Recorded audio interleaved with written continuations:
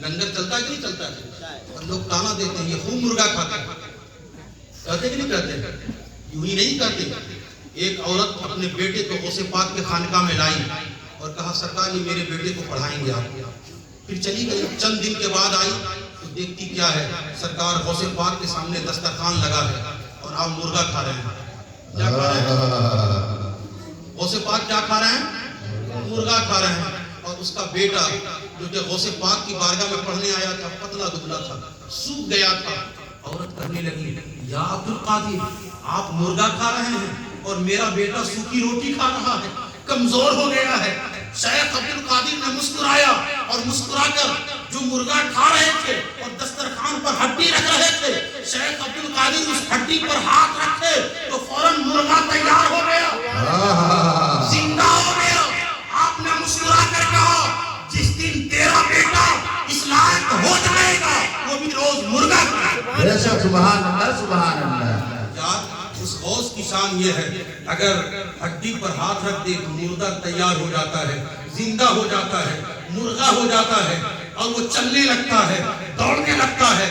سوچے تو صحیح وہ عبد القادر کی شان اتنی بلند ہے اگر ہاتھ رکھ دیں تو مردہ زندہ ہو جائے، اشارہ کر دیں تو یار زندگی مل جائے. جب عبد القادر کی شان اتنی بلند ہے تو جو عبد القادر کی جان ہے اسے مصطفیٰ جان رحمت کہتے ہیں، ان کی شان کتنی بلند ہوگی، ان کا مقام کتنا بلند ہوگا. تبھی تو میرے امام فرماتے ہیں آج لے ان سے پناہ، آج مدد مانگ ان سے، کل نہ مانیں گے. قیامت میں اگر مان گیا منکرو کلمہ پڑھانے کا بھی احسان. بے شک سبحان اللہ سبحان اللہ. اسی لیے ہمیں اور آپ کو چاہیے، واقعات تو بہت ہیں، انشاءاللہ زندگی باقی رہی تو غوث پاک کی کرامت اور واقعات کو روشن رکھا جائے گا اور آپ کو سنایا جائے گا. اور آپ بڑے خوش نصیب ہیں کہ آج آپ دنیا دار کی یاد میں نہیں، بڑے پیر کی یاد میں. یقین جانیں کہ سرکار غوث پاک نے فرمایا اگر میرا چاہنے والا اگر مشرق میں ہو اور اگر اس کا صدر کھل جاتا ہے تو عبد القادر اس کے صدر کی پردہ پوشی کرتا ہے. بے شک سبحان اللہ. تو کتنے خوش نصیب ہیں کہ آج غوث پاک کی محفل میں بیٹھے ہیں، غوث پاک کو یاد کرتے ہیں. رب کعبہ کی قسم یہی تو تھا.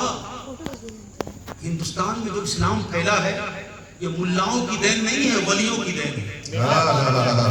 مولوی کے ذریعے اسلام نہیں پھیلا بھارت میں، اللہ کے ولی کے ذریعے سے پھیلا ہے.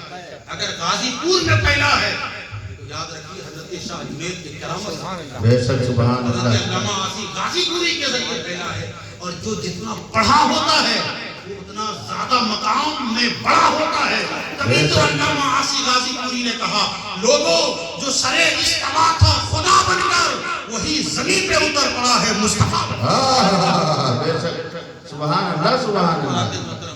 اسی لیے میں کہتا ہوں اکثر ولی کو سمجھنے کے لیے پڑھائی کی ضرورت ہے، لڑائی کی ضرورت نہیں ہے. اسی لیے بزرگوں کی بات اور بزرگوں کے اقوال پر چلیں.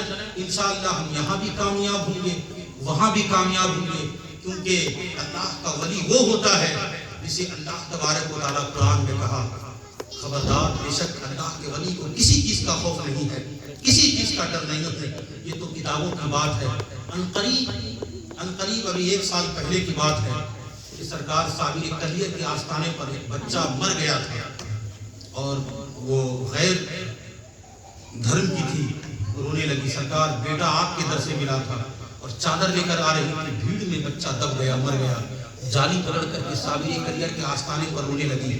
اور صابر کلیت غوث پاک کے پوتے ہیں.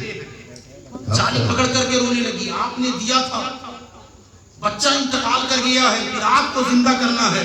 جب دل سے رونے لگی تو پھر بچے کے اندر جان آئی اور حرکتیں آئی. میں لے کر ڈاکٹر کے پاس چلی گئی کیونکہ ڈاکٹر جسم کا علاج کرتے ہیں اور اللہ کا ولی روح کا علاج کرتے ہیں. جسم اگر بیمار ہو جائے تو دنیا کے ڈاکٹر کے پاس چلے جاؤ. اگر تمہارا روح بیمار ہو جائے تو اللہ کے ولی کے آستانے پر.